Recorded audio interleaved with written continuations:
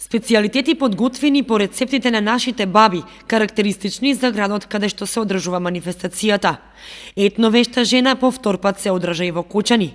Преку убаво подготвени трпези со традиционални јадења, жените ја покажаа својата хуманост и можноста да помогнат на децата со посебни потреби.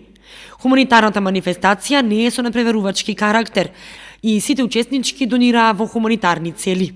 Минатата година и оваа година се одржа етновешта жена.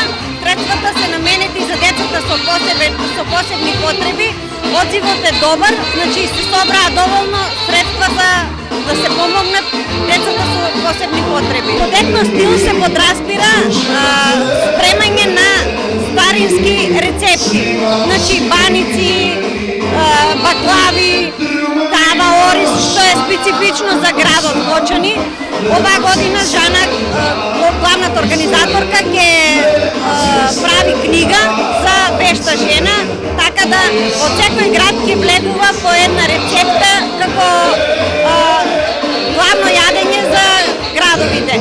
Така да Кочани исто така влегува во книгата, има тава орис, баклава и селник и сутлијаш во книгата, бидејќи Кочани е специфичен град со оризот. На хуманитарната манифестација учествуваа 6 вешти жени: Кристина Стојанова, Благица Павлова, Марија Мишева, Нада Петрова, Љубица Иванова и Анета Лазарова.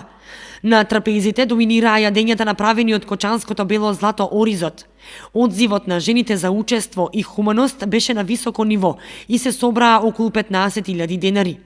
Собраните средства ќе бидат искористени на Светскиот ден на децата со посебни потреби 3 декември, кога заедно сите ќе се забавуваат.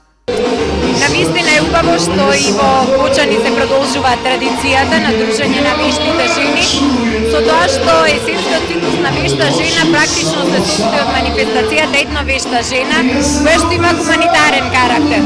Вечерва тука во вашиот убав град не само што се дружиме, не само што уживаме во убавите старински специјалитети по рецептите на нашите баби и прабаби што ги подготвија вештите жени од Кочани, но и вештите жени од Македонска Каменица, од Виница, дојда гости од Куманово и од Гробишти, и да се дружиме, да уживаме во убавата храна, но и да бидеме хумани, затоа што дел од средствата што се собираат на оваа манифестација ќе бидат наменети да се организира една убава забава и дружење на дечињата со посебни потреби.